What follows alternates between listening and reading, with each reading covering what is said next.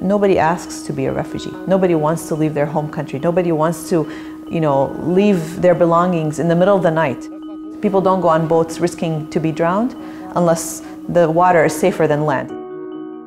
We need to put empathy and associate the word refugee with empathy, with support, with help. Susan Akras is the founder and executive director of the Syrian Community Network, a non-profit group that helps Syrian refugees assimilate into the US.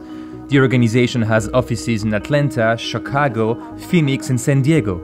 There, Syrian refugees can learn English, get financial help, drop off their kids for after-school programs, and most importantly, feel like part of a community. Chicago can be a lonely place. It's a great city, but it could be a lonely place when you don't know anyone. Akras was born in Syria to a Syrian father and a Canadian mother. They all moved to Chicago in 1982 after an uprising against the Syrian government led to violent clashes and massacres of civilians. When Akras arrived in the US, she was only 10 and spoke no English. It was a really difficult adjustment. Those first 4 years were really hard, and I remember being lost at school all the time, never understanding a word the teacher was saying. Fast forward to 2013, when the US first announced it would accept Syrian refugees. Akras knew only too well how community building would be key to their success. I did some volunteer work with other refugee groups. I saw a lot of gaps with welcoming communities, especially when the Iraqi refugees came in, and because the war was so unpopular. I felt really sad for the people who were coming in and had no friends. And so when I heard in 2013 that Syrian refugees would be resettled, I went on this mission to educate myself. After doing her homework on the refugee resettlement process and putting together a leadership team, she launched her organization in 2015. And it was just as a means to give back to the community, as a means to welcome people who have lost everything. This is a war. A few months later, in the aftermath of the 2015 Paris attacks, Illinois Governor Bruce Rauner temporarily banned Syrian refugees from entering the state. But that didn't go over well in Chicago, where, in reaction, the mayor organized a Thanksgiving dinner for Syrian refugees and served them food himself. The families were saying that, our government kills us and they cheat us and they bribe us and whatever, and here the people in the city government at least were serving us food, and I feel like I fell in love with Chicago all over again.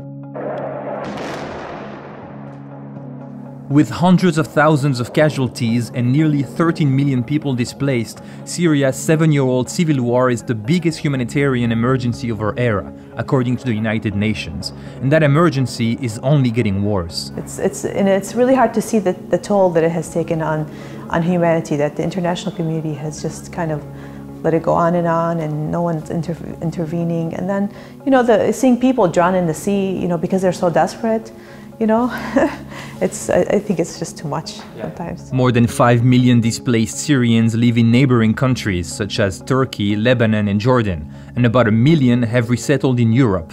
That compares with 54,000 in Canada and 33,000 in the US. There's people that say, well, look, keep the refugees in Jordan. They fit culturally, and yeah, that's true if you have money. If Jordan is a small country that has small resources. They don't give work permits. You have to work in the shadows. Means you are being taken advantage of. There's child labor.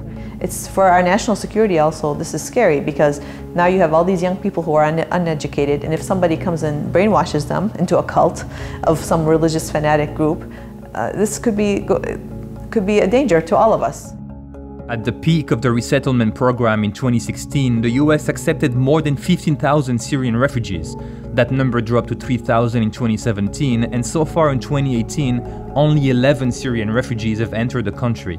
That's in line with President Donald Trump's efforts to scale back refugee programs in the name of national security. We've taken decisive action to keep radical Islamic terrorists out of our country. I will not back down from defending our country. I got elected on defense of our country. Syria is also one of 7 countries included in the US controversial travel ban.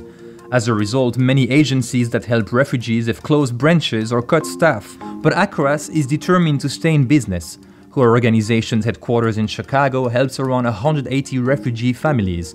They have now been living in the US for a couple years. As a small organization, we have the advantage of being agile, It means we can easily adapt to the changing needs of the families. So as they adjust a little bit longer, as they stay here longer, they may want to go into GED programs, certificate programs. So these are things that we have to continuously change. We don't want to stay at this level where we're only doing food stamps and quick assistance. We want to be able to uplift, give a hand up to people and to make them advance in their jobs and in their careers so that they can feel self-fulfilled.